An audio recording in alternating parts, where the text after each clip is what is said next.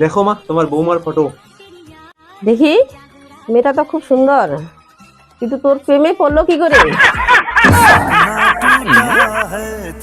মা তুমি তো বলছো যে পরীক্ষার আগে নতুন ফোন কিনে দিবা, এখন পরীক্ষা শেষ, এখন আমাকে নতুন ফোন কিনে দাও।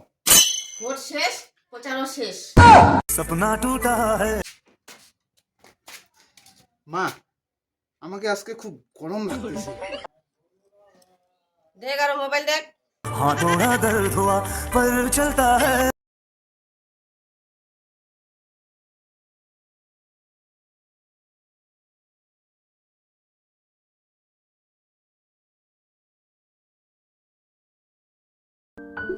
মা তাহলে একটা কাজের মেয়ে নিয়ে আসি।